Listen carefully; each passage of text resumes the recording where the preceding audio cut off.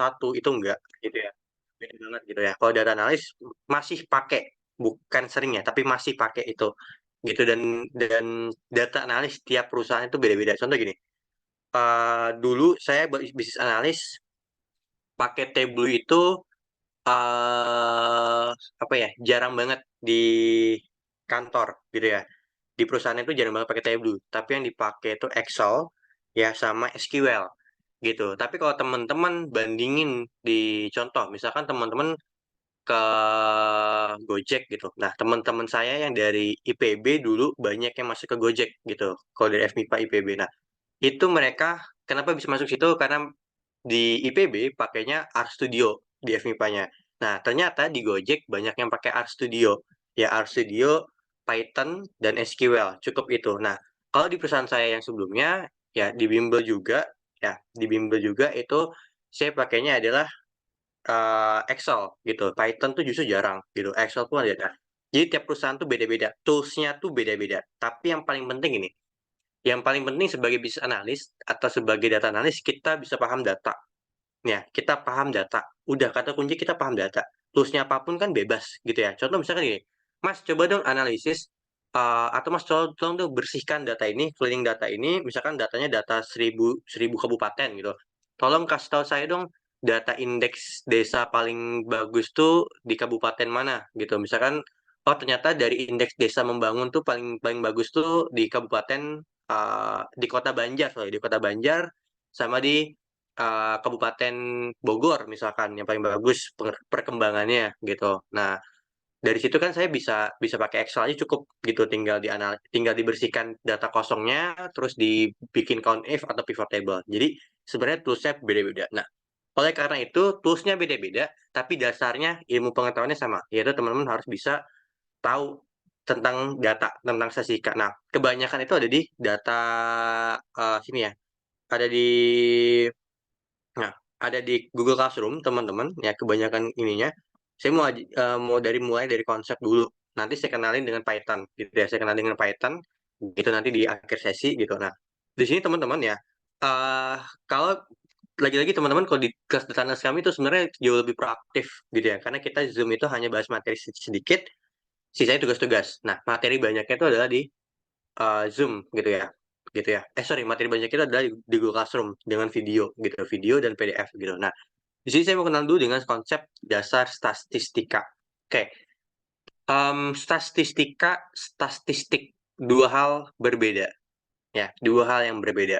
Nah, statistika itu adalah ilmu yang mempelajari seluk-beluk data. Oke, jadi kalau kita bicara ilmunya berarti kita bicara tentang statistikanya. Ya, bukan statistik. Nah, apa itu statistik? Nanti saya kasih tahu bedanya statistika dengan statistik. Nah, dalam statistika problem solving, pertama kita bakal nemu problems. Yang kedua investigasi. Nah, data ini diperlukan untuk kita menginvestigasi dan untuk menemukan solusi. Contoh gini teman-teman, ini saya kasih contoh misalkan yang dulu saya juga pernah magang di Kementerian Desa. Kementerian Desa tuh dulu namanya Transmigrasi, kalau teman-teman tahu Kementerian Transmigrasi itu. Nah, misalkan saya pengen tahu kenapa sih Jawa Barat itu lebih bagus perkembangannya dibandingkan Jawa Tengah dan provinsi lain gitu. Jawa Tengah, Jawa Barat dan Jawa Timur gitu waktu itu datanya paling bagus.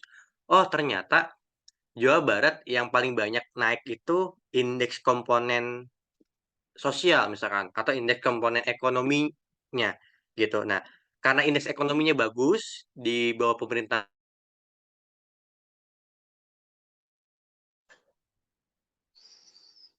Halo, gara-gara Kak program Ece ini gitu. kemana? Itu yang bikin indeksnya naik.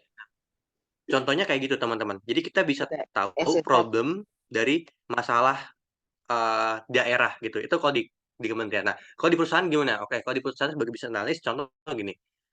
Mmm, saya misalkan waktu itu saya ngelihat dari 7 produk itu ternyata ada kecenderungan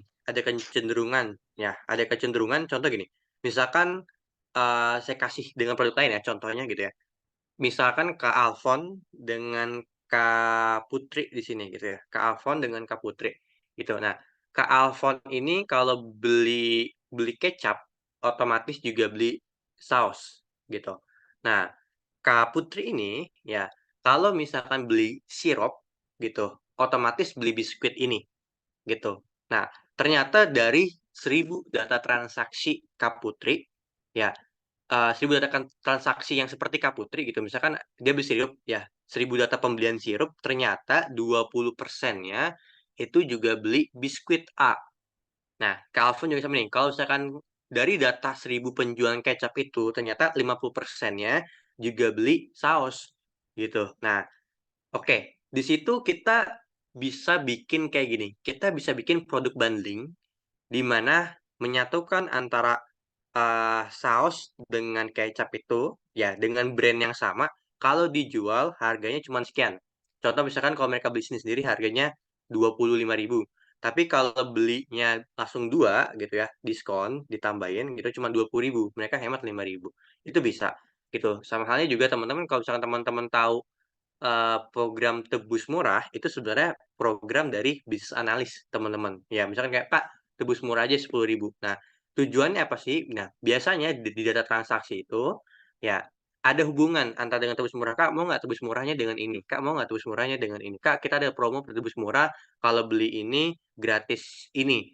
Gitu. Nah, karena kecenderungan orang ke ini, ya belinya ini juga, gitu. Dan itu misalkan juga bisa mempercepat barang keluar atau kuantitinya cepat habis gitu di gudang. Misalkan tuh barangnya cepat basi atau dikit lagi basi. Nah, hal seperti itu yang bisa dilakukan gitu. Itu pekerjaan bisnis analis gitu. Nah, ada juga misalkan kalau teman-teman tahu banding, banding digital skill area itu saya juga pakai ilmu di kerjaan sebelumnya gitu ya. Misalkan kalau orang beli Office, biasanya orang pengen beli contoh, kalau orang pengen belajar Excel, biasanya mereka juga pengen belajar Word gitu. Makanya kalau teman-teman lihat ada bootcamp di kami itu Excel plus Word, ada juga Excel plus Word plus PPT, itu buat keperluan kerja kalau buat CPNS dan sebagainya. Jadi kami bandingkan ya dengan data-data tadi. Jadi sebelumnya, saat saya bangun ini Digital Skera itu 3 bulan sampai 6 bulan awal tuh masih banyak testing. Saya banding produknya dengan ini, tadinya Excel itu dibandingin dengan digital marketing. Kalau teman-teman boleh boleh scroll ya untuk, ini, scroll di tahun kemarin tuh ada Excel plus digital marketing, gitu ya.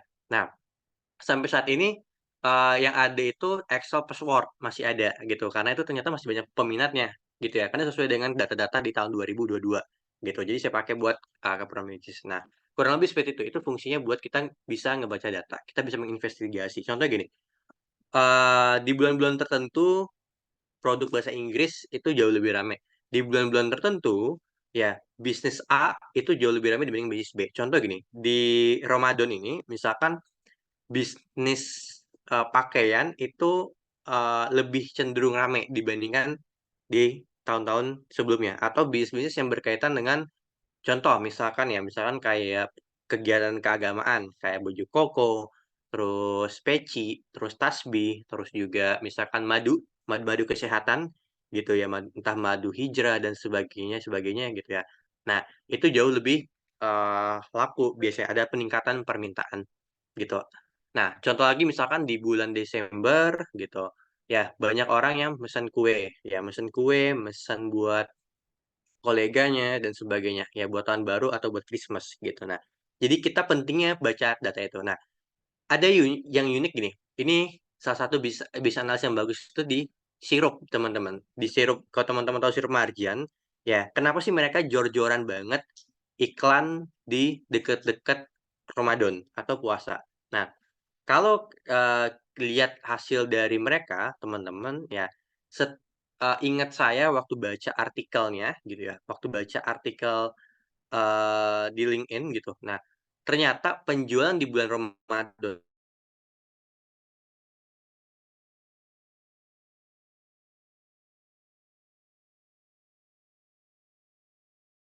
juga saya lakukan di, bisnis saya gitu atau di bisnis klien. Contoh misalkan gini, klien saya ada namanya bisnis perizinan, teman-teman. Ya, bisnis perizinan umumnya tuh rame di akhir tahun, begitu saya lihat datanya, sama di momentum dekat April. Karena di April orang-orang tuh udah laporan pajak. Ya, biasanya perusahaan tuh misalkan mau buat ISO dan sebagainya setelah bayar pajak. Mereka bayar pajaknya di Maret atau di April, PPh badan mereka buat ini. Nah, jadi itu pentingnya data. Jadi fungsinya data itu sebagai investigasi, ya, agar kita menemukan solusi. Itu nggak perlu yang, "Kak, perlu machine learning nggak?" Ada kalanya kita perlu, cuman jarang banget. Ya, kalau di saya sebagai business analyst, saya jarang banget pakai itu. Nah, tergantung nanti teman-teman gimana. Nah, kalau machine learning sebenarnya udah kegiatan dari data scientist gitu. Nah, oke, kita lanjut dulu ya. Nah, ini komponen merumuskan, proses statistika. Ada statistika question, ada mengumpulkan data, analisis data, dan interpretasi data. Oke, 3 hal penting dalam statistika itu yang harus teman-teman tahu adalah kita harus desain strategi penyelesaian masalah, gitu ya, deskripsiin data, dan melakukan inferensi ya. Inferensi tadi misalkan teman-teman regresi, teman-teman multikolinialitas, itu adalah inferensi ya. Tapi kalau nggak lakukan itu, teman-teman namanya deskriptif. Contoh teman-teman buat tabel. Ya, teman-teman bersihin data, teman-teman buat tabel. Nah, kalau saya boleh jujur, kebanyakan itu bukan dilakukan di tahap akhirnya, tapi di tahap 2-nya. Ya, tahap 2 dan tahap cleaning data. Jadi ketika kita ngambil data, umumnya ada data-data yang cacat. Entah datanya kosong, entah datanya nil atau nol, entah datanya itu double. Nah, itu yang harus kita bersihkan gitu. Umumnya gitu, kerjanya kebanyakan 60%, habisnya itu di cleaning data gitu. Deskripsikan data paling berapa persen gitu, baru nanti machine learning. Machine learning itu jarang banget dipakai gitu ya, kalau pengalaman saya gitu ya. Nah, kita lanjut ke ini. Oke, sekarang kita bedain populasi dan sampel ya. Oke, bedain populasi dan sampel. Oke, teman-teman tahu akhir-akhir ini di musim pemilu kan ada yang tulisannya gini ya, ada yang tulisannya, eee, ini bedanya populasi dengan sampel gitu ya. Tapi mungkin udah ada yang tahu ya, ini populasi, ini sampel. Oke. Kalau misalkan populasi, misalkan di Indonesia ada 2.733 TPS. Contoh aja ya. Nah, sampel ini dia cuma narik misalkan 793 TPS gitu. Nah, biasanya dipilih TPS-TPS yang emang ramai aja. Maksudnya dipilih daerah-daerah yang menentukan. Contoh misalkan di Jawa Tengah, Jawa Timur, DIY, ya di Pulau Jawa gitu ya, dan Sumatera bagian selatan gitu, Sumatera bagian selatan dan Lampung gitu. Jadi tergantung dari lembaga survei tersebut ya, ngambil quick count-nya gimana. Tapi ini yang dimaksud dengan sampel. Jadi dia nggak ngambil semuanya banget, tapi umumnya nggak beda jauh. Karena biasanya lembaga survei itu apa ya, mengikuti kaidah kaidah pengambilan survei sebelumnya gitu. Kayak di hasil Pilpres sebelumnya, hasil pemilu sebelumnya tuh nggak beda jauh hasilnya. Nah, seperti ini teman-teman. Nah, kalau populasi ini yang dimaksud oleh KPU. Ya, yang dilakukan oleh KPU, gitu. Nah, kenapa sih lembaga itu nggak ngelakuin, populasi gitu ya, kenapa nggak semuanya di ini kan, pertama karena biaya, teman-teman, ya. Biaya untuk, respondennya contoh misalkan buat satu TPS mengeluarkan 100.000 orang yang dibayar untuk, mendata hasil, TPS-nya, gitu. Nah, kalau kayak gitu, misalkan ada 2.000, kebayang berapa uang yang dikeluarkan hanya untuk quick count-nya, gitu. Nah, jadi kurang lebih gitu, teman-teman, itu fungsinya sampel. Atau gini, teman-teman kalau misalkan teman-teman dulu pas kita di S1 atau teman saat saat ini masih S1 atau teman-teman di tugas kuliah, ya atau SMA kalau tugas karya ilmiah teman-teman ya, teman-teman melakukan, riset kecil-kecilan. Misalkan kami butuh 30 orang yang pernah berkunjung ke Kepulauan Seribu. Nah, 30 orang itu didata dari mana? Oh ternyata data dari Kepulauan Seribu yang berkunjung tuh 100 orang. Kan nggak mungkin ya mungkin saja kita mengambil 100 orang responden itu, tapi kemungkinan ya itu susah, ya waktunya lama. Gitu, waktunya lama, menghabiskan biaya. Jadi kita cukup butuh 30 orang. Nah, 30 orang ini sebagai sampel. Nah, jadi itu bedanya populasi dengan sampel. Teman-teman juga harus pelajarin sebenarnya. Tapi gini, kalau di data analis sebagai perusahaan gitu ya, bukan sebagai sebagai data penelitian, beda ya dengan data penelitian yang kaidah akademik dan sebagainya gitu ya. Nah, kalau di kita, di perusahaan, biasanya kita pakai populasi banyaknya, gitu. Biasanya kita banyak pakai populasi. Kalau saya misalnya gini, nggak mungkin data customer itu diambil hanya mungkin saja diambil hanya sampelnya, tapi biasanya ya entah dari atasan atau dari leader timnya, ya, atau bahkan keputusan kita sendiri, kita tuh perlu data keseluruhan, gitu. Nah, karena dalam bisnis, ya konsepnya dalam perusahaan swasta gitu ya, ya ini konteksnya bukan buat data penelitian kuliah gitu ya, atau sekolah gitu. Nah, kita harus ngambil populasi, teman-teman. Contoh gini, kita ada data 11.237 customer, gitu ya. Nah, kemarin saya lihat itu, nah kalau saya ngambil 200 customer aja, ternyata berbeda dengan 200 customer sebelumnya. Misalkan saya kelompok ini jadi 200, 200, 200, 200, 200. Misalkan di sini 70%-nya beli A, di sini 70%-nya beli B, 70%-nya beli C, 70%-nya beli D, 70%-nya beli A.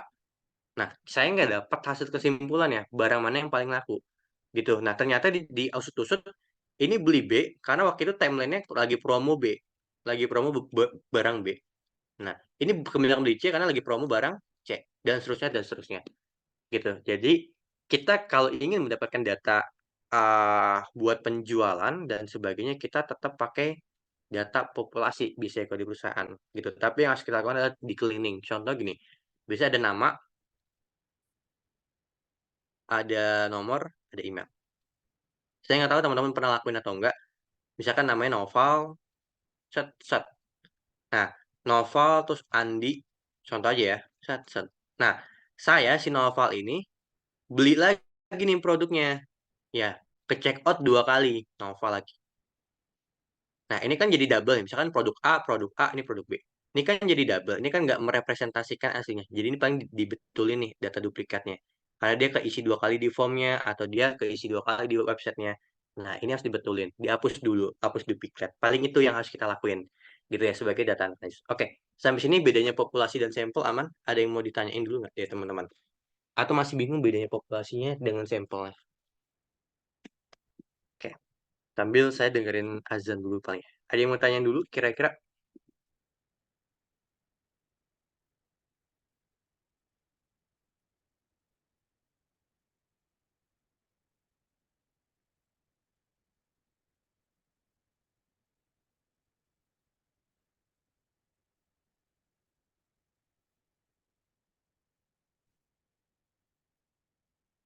Oke, boleh Mas Arham. Saya sambil dengerin Izin, azan dulu ya. izin bertanya ya Kak. Hmm. Kalau di sini kan ada sampel ya Kak. Kalau misalnya di perusahaan gitu untuk sampel ya, sampel data yang diambil ada contoh kasusnya sendiri nggak kan? Kalau misalnya di perusahaan besar itu kan biasanya pakai populasi ya populasi. Tapi kalau misalnya sampel data yang digunain itu contoh kasusnya kayak gimana Kak? Itu aja sih Kak. Makasih Kak Noval. Oke. Ada lagi? Sambil saya tampung. Nanti kemungkinan saya kasih contohnya di program CSR deh. Saya Kak Rian Kak. Oke, boleh Mas. Kak, untuk populasi sama sampel, mungkin sederhana saja. Berapa sih minimal sampel yang diambil dari total populasi untuk dapat kita tarik kesimpulan bahwa sampel itu bisa mewakili populasi itu? Oke. Tadi Mas siapa? Sorry, Mas Rian Kak. Mas Rian. Oke. Ini saya udah kirimkan ke ini ya. Buat yang ininya udah saya kirimkan ke Nadira di WA. Tunggu, tapi kayak belum kekirim gitu. Jadi buat modul-modulnya nanti boleh ke itu ya. Boleh ke Nadira ya. Gitu. Kalau teman-teman masih belum nemu modulnya juga boleh. Oke. Ini kayak saya kirim linknya dulu deh. Gitu. Nah, oke. Saya langsung jawab aja ya tadi. Oke, pertanyaan yang pertama gini. Saya harus dulu.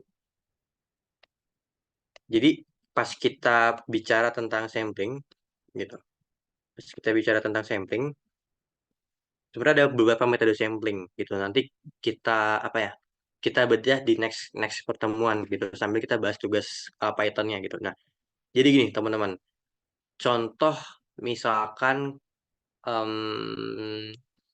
saya pernah eh, diminta mengikuti CSR dari CSR dari PT Tirta Investama. Nah, ini di Klaten, di Klaten. Nah, ini kalau teman-teman tahu ini sebenarnya Danone gitu ya. Nah, jadi gini, mereka itu ada program CSR, dia untuk mengembangkan kemiri sama satu lagi apa saya lupa nama nama komoditasnya saya lupa banget gitu ya. Terus saya coba dicek lagi gitu, sembari saya cari-cari lagi gitu. Eh, Kalau nggak salah semacam selada tapi rempah-rempah cuman saya lupa gitu ya. Lada atau apa saya lupa gitu. Ada juga sayur-sayuran gitu.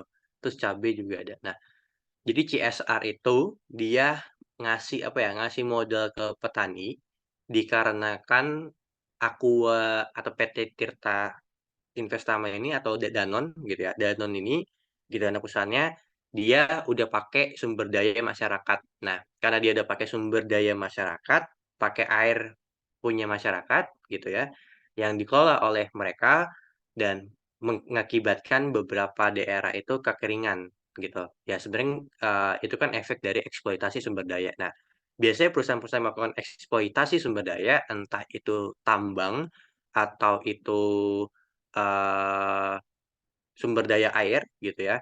Nah, karena dulu saya di IPB em, kita bahas CSR juga. Nah, di sana biasanya mereka melakukan kompensasi. Ya, kompensasi yang dilakukan oleh poluter bahasa bahasa bahasa bahasa kuliahnya poluter gitu ya. Yang dilakukan oleh mereka yang menyebabkan polusi atau mereka yang menyebabkan kerusakan. Tapi bukan kerusakan ya, tapi ini ya lebih simpelnya degradasi sumber daya gitu. Nah, pengurangan sumber daya itu karena eksploitasi itu mereka bikin program CSR. Nah, contoh di CSR-nya misal yang diambil, misal saya ambil satu contoh gitu ya. Nah, kita pengen lihat kan kita modalin petani nih. Ya, perusahaan itu modalin petani. Ya, misalkan produknya contoh aja ya, contoh misalkan cabai. Nah, cabai ini apakah sudah mensejahterakan petani ya program pemodalan cabai ini baik dengan lahan, bibit dan sebagainya apakah harga jual cabai di tingkat petani ini udah mensejahterakan petani atau enggak gitu.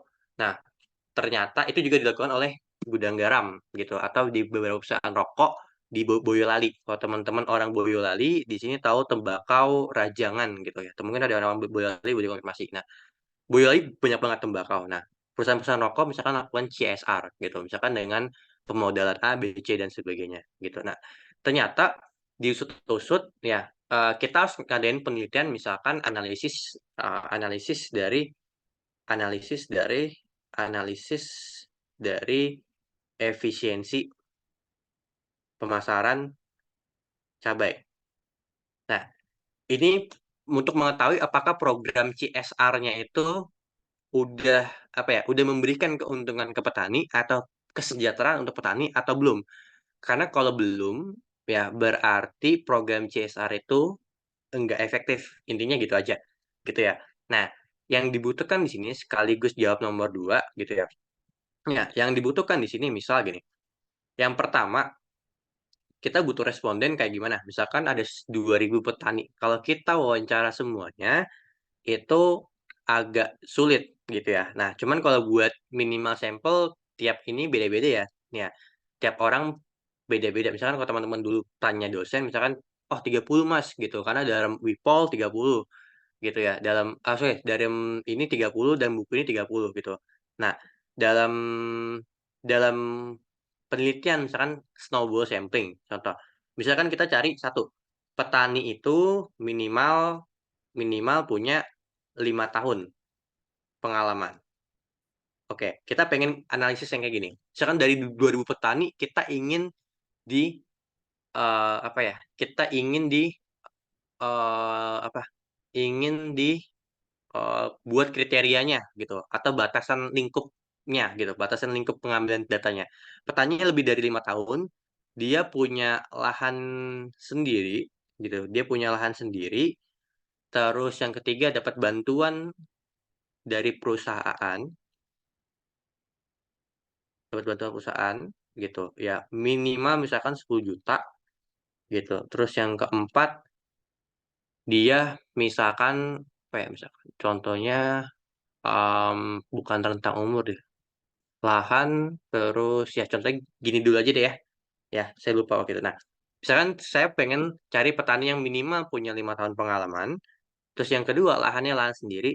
Jadi petani itu ada petani garapan, ada juga petani yang dia emang punya lahannya gitu. Tapi umumnya kebanyakan di Indonesia itu petaninya petani yang garapan. Jadi dia beli garapan orang lain diterusin, atau yang kedua dia nyewa tanah orang biasanya, atau orang itu kasih dia bagi hasil gitu. Dia yang garap tapi tanahnya punya orang gitu. Nah, misalkan saya bikin kita dua itu. Nah, ternyata didapatkan nih gitu. Ternyata dari 2000-an petani se-Klaten gitu ya, yang didapatkan hanya 70 orang yang memenuhi kriteria seperti ini.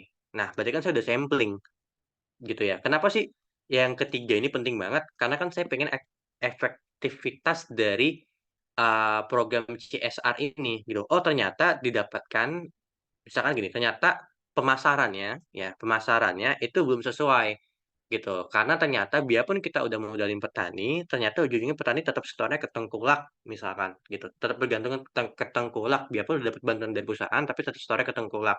Nah, misalkan petani jualnya 7.000, nah tengkulak ya 7.000 ke tengkulak gitu. Nah, tengkulak ke konsumen itu jualnya 20.000.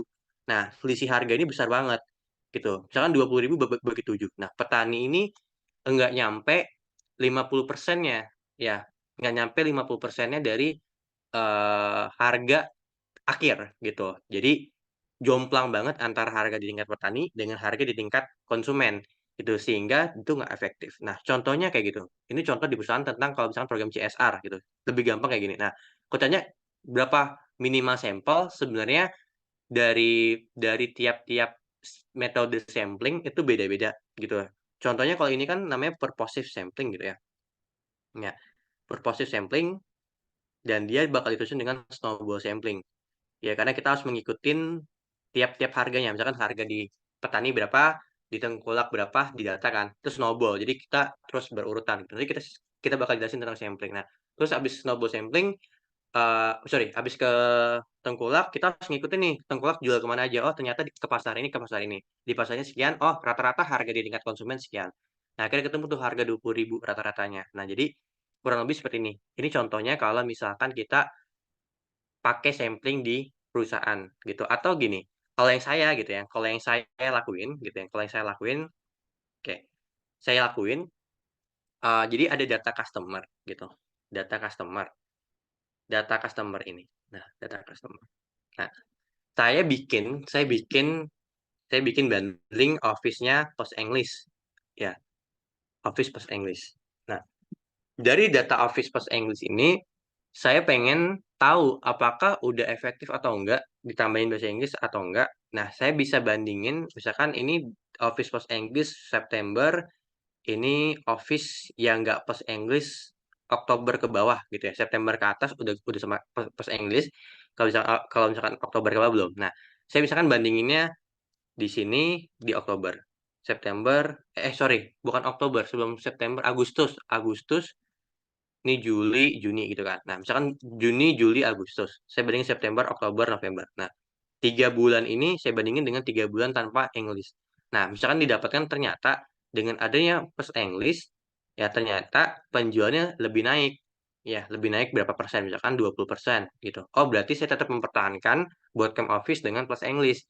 Ternyata kalau saya tambahkan dengan TOEFL atau pembelajaran TOEFL, biarpun itu materinya aja gitu, ternyata itu lebih efektif meningkatkan penjualan gitu. Biarpun cuma 20% dibandingkan saya nggak kasih gratis bahasa Inggris gitu. Dari 6 data gitu ya, 3 data setelah kita pakai Post English, 3 data sebelum kita pakai Post English gitu. Karena kalau terlalu jauh, takutnya nggak terlalu representatif gitu. Misalkan pas kita baru pertama kali berdiri gitu, itu belum ada audiens gitu kan. Nah, contohnya sih kurang lebih kayak gini. Jadi, tapi kebanyakan yang digunain, yang kalau misalkan tentang sampling itu di CSR gitu. Karena CSR tuh kalau sampling itu kan kebanyakan dipakai juga di metode penelitian gitu ya. Kalau buat analisis data tapi datanya penelitian.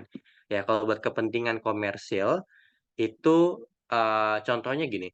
Kepentingan komersil misalkan teman-teman ingin susu gitu ya. Misalkan ingin analisis susu gitu. Nah, yang dicari misalkan anak kriterianya ya, kriteria 1. Misalkan teman-teman bagian R&D dari satu produk susu.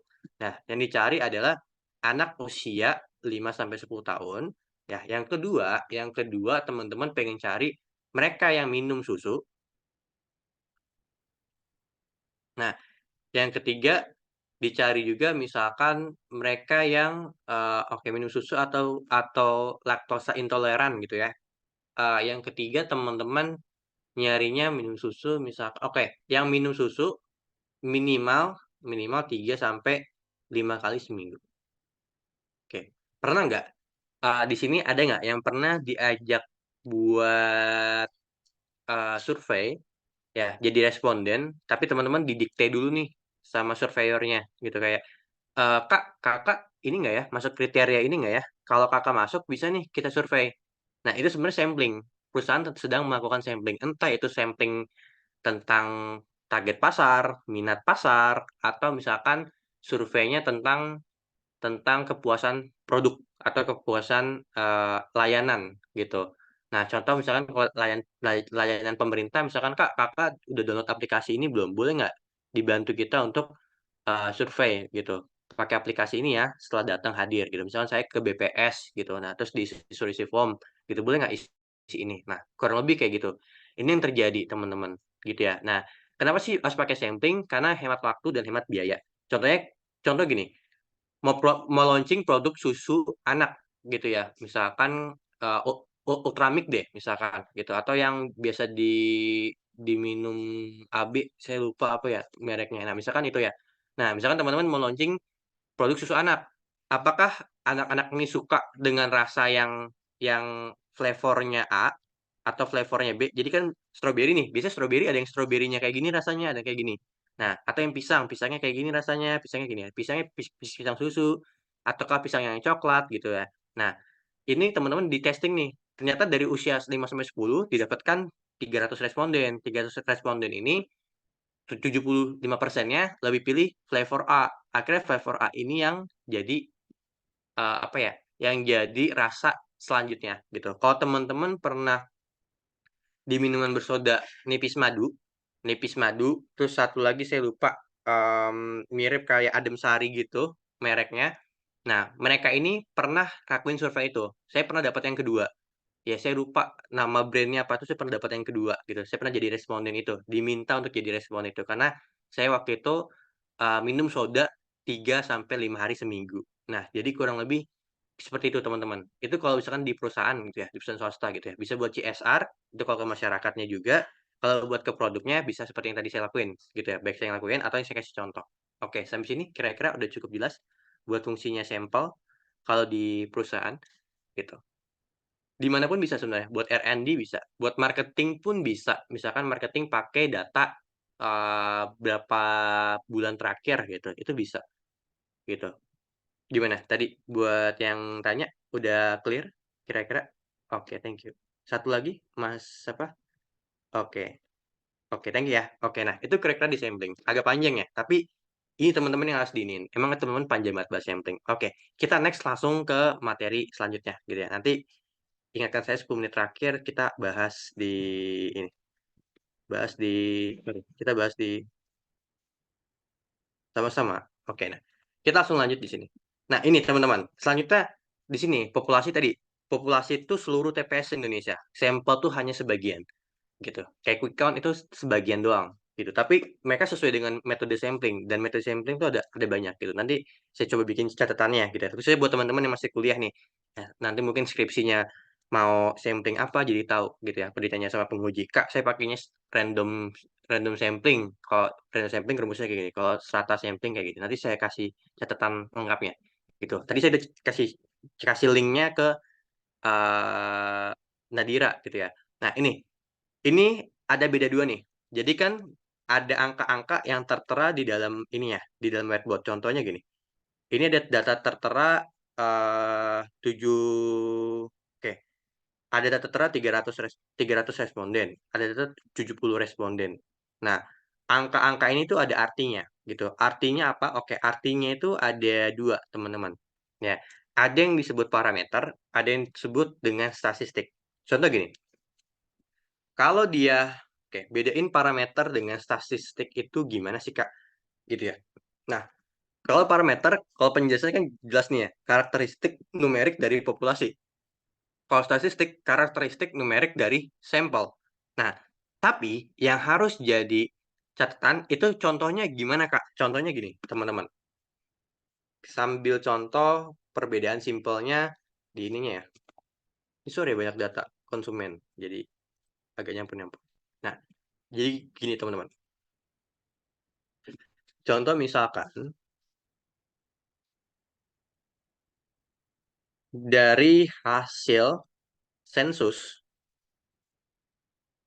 didapatkan, sensus itu berarti populasi ya, yang dilakukan BPS, 70, oke, 70% petani tidak punya lahan. Oke, ini namanya proporsi. Jadi proporsi itu persentase. Ini proporsi. Nah, proporsi itu karakteristik numerik. Proporsi, ragam, rata-rata. Itu namanya karakteristik numerik. Gitu ya. Jadi bukan karakter yang sifat gitu, bukan ya. Maksudnya karakteristik numerik. Gitu ya. Itu rata-rata, proporsi, ragam. Itu. Terus teman-teman median kan rata-rata, median, modus. Kalau dulu kita pas belajar pas sekolah atau pas kuliah gitu ya. Itu namanya karakteristik numerik. Tapi yang bedakan adalah karakteristik numerik itu diambil dari populasi apa dari sampel. Kalau misalkan yang selanjutnya kata-katanya kayak gini, contoh ya. Dari hasil quick count, contoh ya. 70% rakyat dukung nomor 100 gitu ya. Nah, 70% di sini ini proporsi juga. Nah, dia disebutnya adalah statistik. Ya, angka statistik. Sedangkan yang di sini ini disebutnya adalah parameter. Karena dia angkanya berasal dari hasil populasi. Sedangkan ini angkanya berasal dari sampel. Jadi itu bedanya statistik dengan parameter. Dan itu bedanya statistik dengan statistika. Kalau bicara ilmunya, kita namanya bicaranya statistika. Oke, sampai sini dulu aman? Kira-kira habis ini saya mau langsung coba ke Python gitu. Nanti kita lanjutkan buat materinya. Oke, ada yang mau tanyakan dulu? Aman nggak perbedaannya antara parameter dengan statistik gitu? Jadi kalau misalnya bicara parameter, berarti kita bicara populasi. Kalau kita bicara statistik, berarti kita bicaranya adalah sampelnya. Gitu. Ada yang mau tanyakan dulu? Ya teman-teman yang lain? Ini saya sambil minum ya. Oke, pas ya? Aman, Kak? Oke. Kalau aman, kita lanjut. Kalau aman, kita lanjut. Nah, coba teman-teman cari di Google itu Google Kolaboratory. Saya tunggu dulu.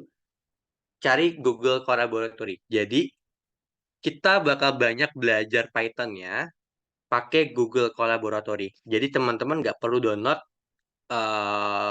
Visual Studio Code ya, atau teman-teman nggak perlu download Jupyter Notebook gitu. Tapi kalau sama Iqmal mungkin beda. Tapi gini, Google Collaboratory nggak kalah dengan yang pakai aplikasi. Sama halnya dengan gini, teman-teman. Teman-teman pernah desain di Canva dengan desain di Adobe, itu kan sama-sama ngedesain gitu ya. Bedanya toolsnya. Yang satu dari desktop, yang satunya dari aplikasi gitu. Keduanya sama-sama bisa menghasilkan suatu desain gitu ya. Nah, sama Google Collaboratory juga sama dengan Jupyter Notebook, sama juga dengan Visual Studio Code. Oke, sampai sini udah pada buka belum? Udah pada cari belum Google Collaboratory? Nantinya teman-teman cukup pakai Gmail aja. Dan teman-teman ini bakal makan penyimpanan Gmail atau Google Drive. Tapi cuma 2 KB kok. 2 KB kan kecil banget ya. 2 KB, 3 KB gitu. Jadi nggak nyampe MB-MB. Sudah Kak, Bang izin sesuatu ya. Emang nggak? Oke. Nah, lanjut ya. Kita ke sini atau ke sini juga boleh. Atau ke sini juga boleh. Collab.google.com. Oke, saya ke sini deh. Sama aja ya. 1, 2, 3 ini sama aja ya. Nah, saya ke sini. Oke. Nah, habis itu teman-teman, sebenarnya di sini udah ada nih. Kalau teman-teman di Google Classroom, itu ada tugasnya. Tugasnya diklik kayak gini, diklik tugas besar 1. nanti diklik ini, filenya binner kan, makanya. Diklik ini, ya, diklik aja filenya, nanti klik download. Oke, udah pada download semuanya? Nih, saya download, jadi hasil begini. Oke, udah pada download belum? Ini sambil saya ini ya, minum.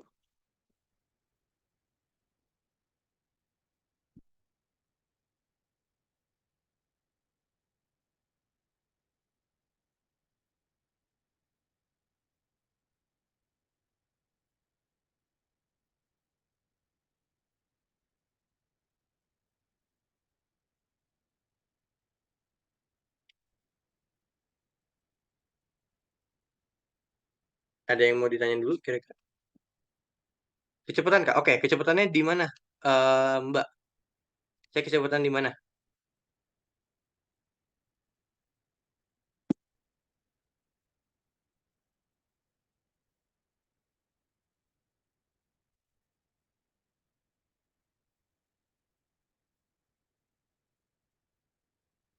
Ulang dari klik Google Collaboratory.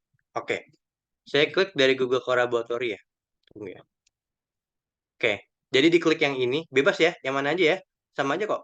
Saya klik yang ini deh, ya. Oke, sampai sini aman dari Kak Novia. Oke, ini ya, ini saya dulu.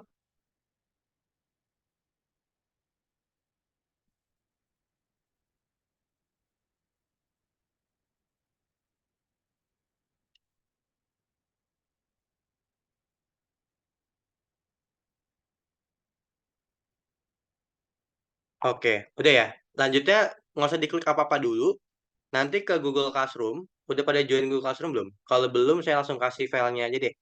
Saya langsung kasih filenya di grup, di Zoom. Ini di download dulu. Udah, intinya Google Classroom tuh buat download ini doang. Oke, udah pada download. Kira-kira saya tunggu dulu. Kalau udah pada download, lanjut ke sini. Udah pada download belum? Ini saya sambil minum ya.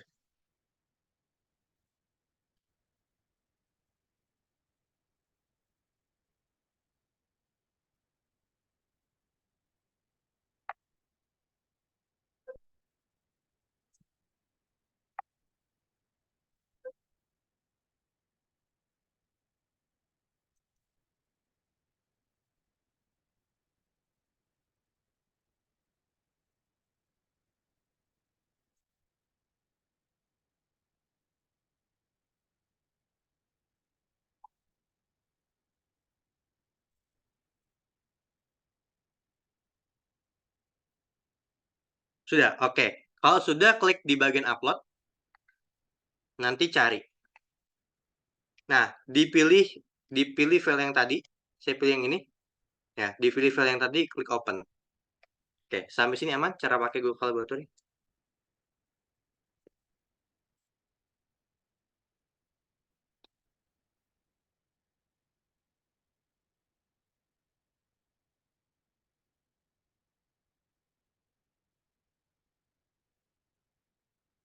Ada yang mau ditanya dulu?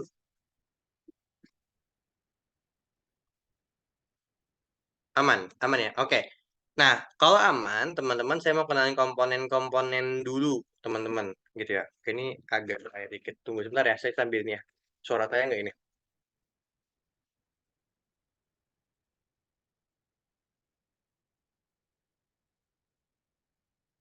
Oke, tunggu sebentar. Hmm, jadi teman-teman, tugas besar satu nggak ada tugas satu? Iya, tugas besar satu. Nah, teman-teman, saya mau kenalin dulu. Di sini Google Collaboratory, teman-teman bisa simpen nama filenya di sini, gitu ya. Kalau mau cari filenya di mana, dia ada di Google Drive, gitu ya. Filenya ini terletak di Google Drive, teman-teman. Gitu ya. Ini saya misalkan saya ganti jadi contoh ya. Ini saya ganti jadi oke, saya ganti jadi novel ya.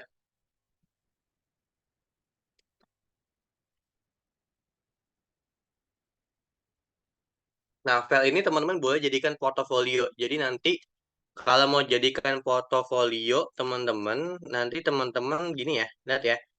buat kumpulin tugas dan portofolio, teman-teman klik bagikan.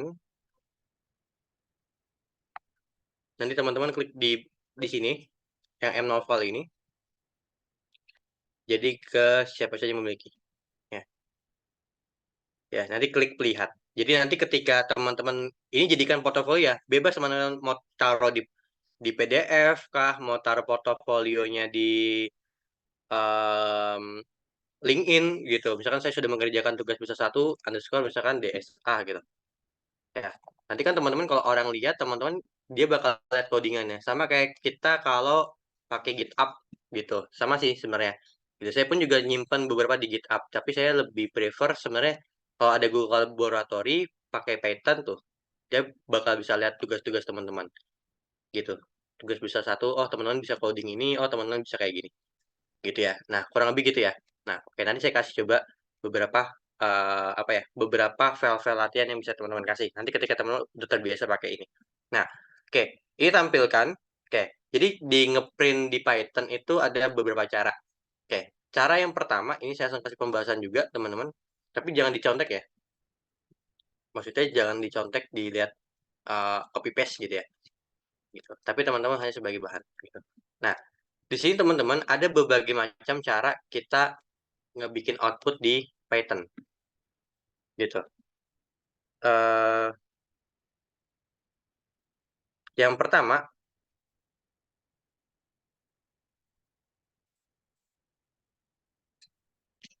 oke. Yang pertama,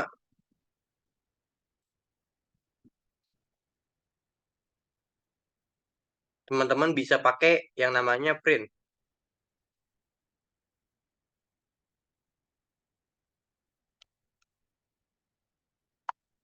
Jadi gini, kalau pakai print, itu print pun ada dua cara. Misalkan yang cara pertama print,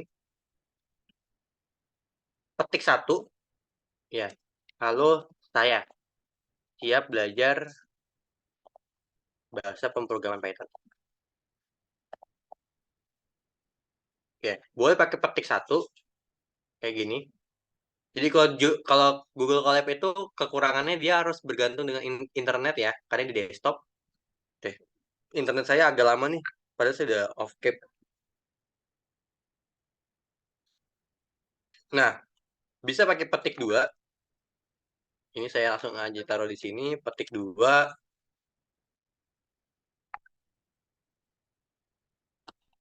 Oke,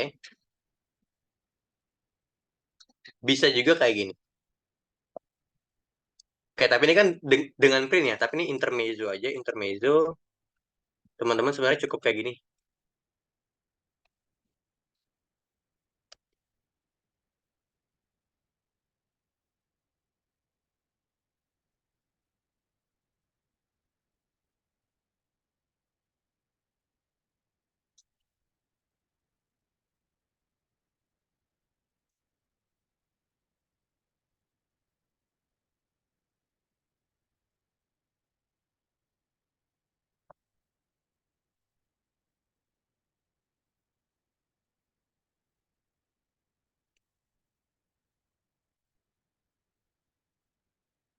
Oke,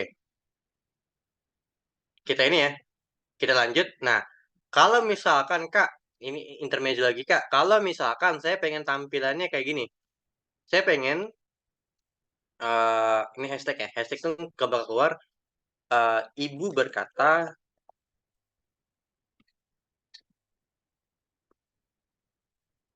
belajar yang rajin ya. Nah, Kak, gimana kalau ada tanda petik? Kan petik duanya udah kepake. Nah, kalau kayak gini ada dua cara, teman-teman. Ada dua cara. Oke.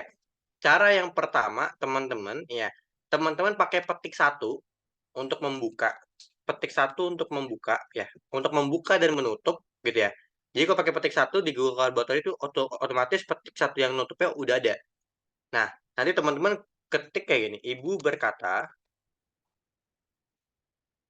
baru tuh teman-teman bikin petik duanya. Belajar yang rajin ya. Nah, jadi petik satunya sebagai penutup dan sebagai pembuka. Diklik ini hasilnya kayak gitu. Oke, sampai sini aman?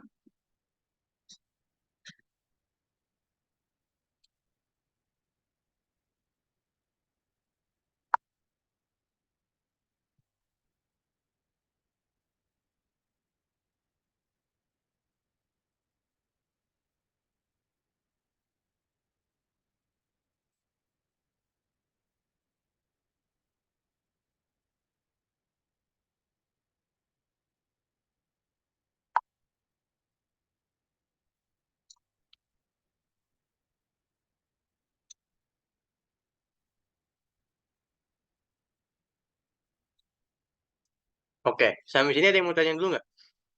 Kira-kira. Apa masih bingung? Jadi cara ngeluarin outputnya ya? Aman ya? Oke, nah. Yang kedua, teman-teman.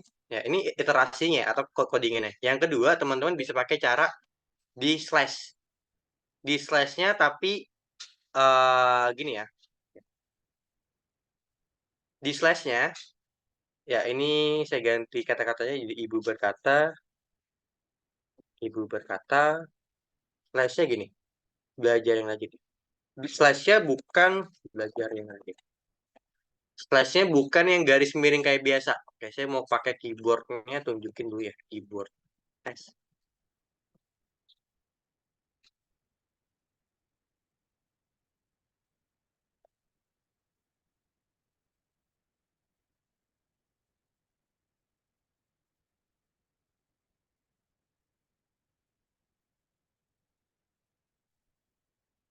Nih, di postnya yang ini, di postnya, di ketiknya yang ini, sorry.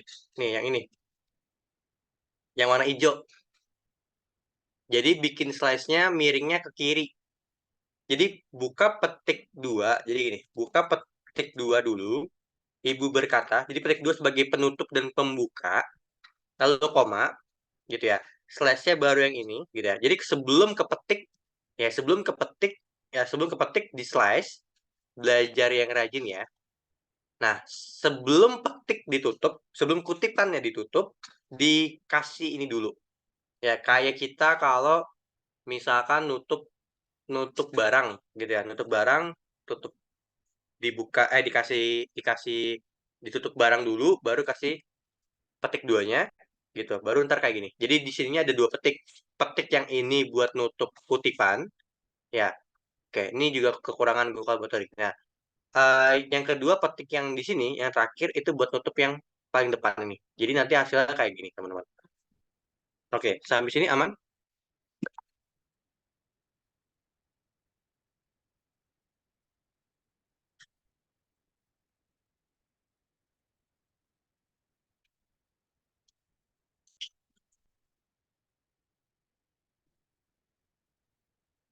Ada yang mau ditanyakan dulu nggak kira-kira dari teman-teman yang lain? Boleh banget dari teman-teman yang lain.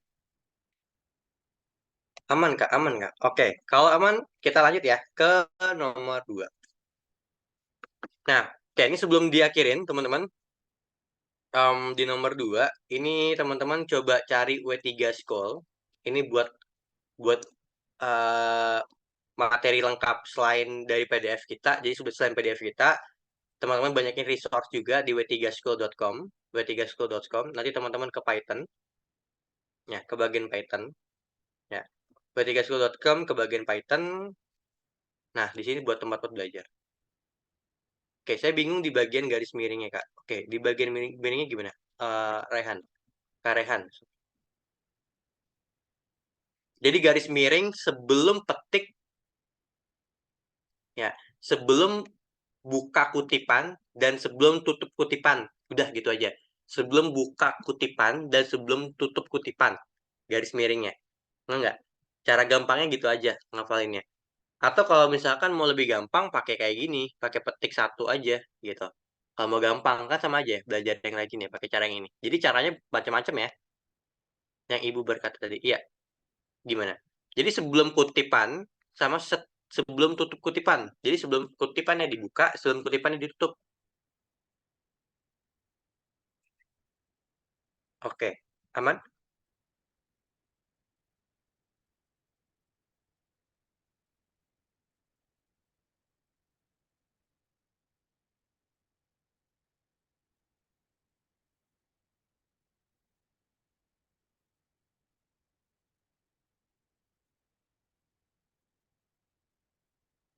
Aman Kak. Oke, kita lanjut ya. Nah, sekarang cek tipe data, teman-teman. Oke, nanti kita lanjut ini di next pertemuan. Jadi tipe data tuh saya mau kenalin dulu ya.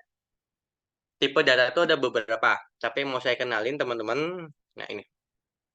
Nggak usah bingungin X-nya ya. Ya, cukup 1, 2, 3 dulu nih. Jadi yang pertama, ada yang tipe datanya namanya string. Tipe data string itu apapun yang diupdate oleh petik 2. Apapun yang diupdate oleh petik 2. Kalau misalkan kayak gini, lihat di komen ya. Khusus yang ikut Zoom. kalau saya makan 21 buah. Ini adalah string. Ini adalah string. Kalau diapit oleh petik 2. Jadi teman-teman nggak bisa nih. Gini ya. 21 ditambah 4. Ini nggak bisa. Bisanya gini. Kalau kayak gini baru bisa jemain. 25 hasilnya di Python. Tapi kalau pakai ada petik 2, itu dihitungnya string. Ya, gampangnya huruf atau teks deh gitu. Gampangnya teks, tipe data string. Tapi nggak benar juga kalau dibilang tipe data teks. Tapi kalau mau lebih gampang, kalau di Excel namanya tipe data teks gitu ya. Kalau kita pas belajar Excel, tipe data teks kayak gitu ya. Jadi dia nggak bisa jumlahin. Yang kedua integer. Integer itu bilangan bulat. Bilangan bulat itu semua bilangan yang ada di garis bilangan tapi nggak desimal gitu ya. Nah, yang selanjutnya float. Float itu desimal. Desimal di sini uniknya seragam. Di Python itu seragam. Kalau di Excel ada yang pakai koma, ada yang pakai titik desimal. Ya, contoh di Excel saya pakai titik, tapi di Excel saya sebelumnya pakai koma gitu. Nah, itu di Excel gitu, beda-beda. Tapi di Python seragam. Komanya pakai titik, desimalnya pakai titik gitu aja. Kita nyebutnya desimalnya ya. Desimalnya pakai titik. Jadi ada tiga ini. Gitu. Nah, yang terakhir itu adalah boolean. Nah, boolean yang kita bakal bahas lebih lanjut nantinya. Gitu ya. Oke, sampai sini ada yang mau ditanya dulu? Ini yang paling sering dipakai. Empat itu tadi. Ada yang mau tanyakan dulu? Mungkin satu, dua pertanyaan dulu.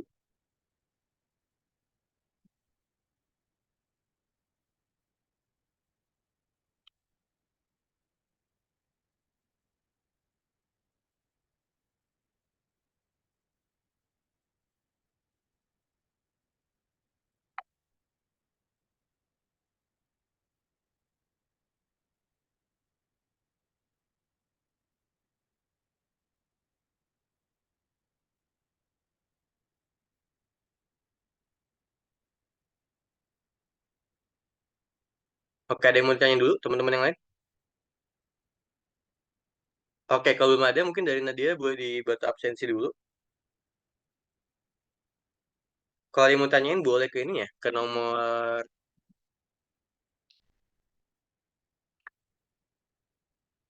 Oke. Kalau mau ada yang tanya-tanya. Baik tentang tugas atau...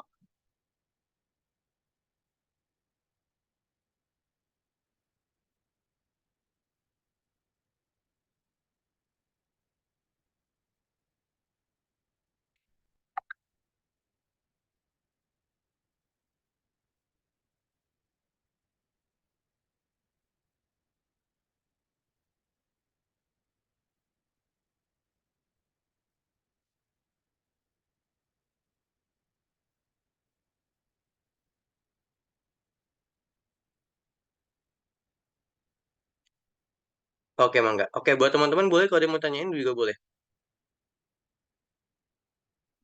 Kita masih panjang ya, teman-teman.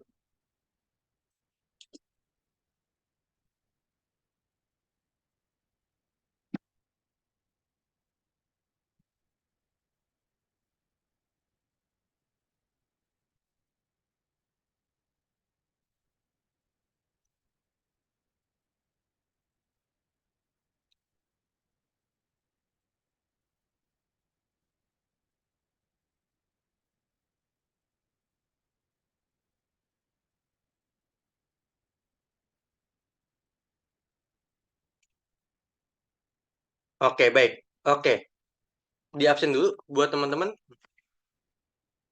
Oke, mungkin Mangga buat Nadira dibantu untuk dokumentasi. Kalau dia mau tanyain, ini ya, boleh di ini ya, boleh di chat atau di kolom Zoom. Mangga. Dari Nadira. Kalau teman-teman yang ada bisa on cam, boleh on cam. Nah, ini aku pandu dokumentasinya ya. Yang bisa on cam boleh on cam.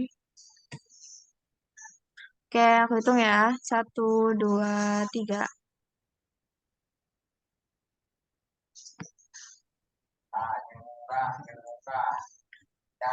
Oke, buat slide selanjutnya karena di sini ada 2 slide ya. 1, 2, 3.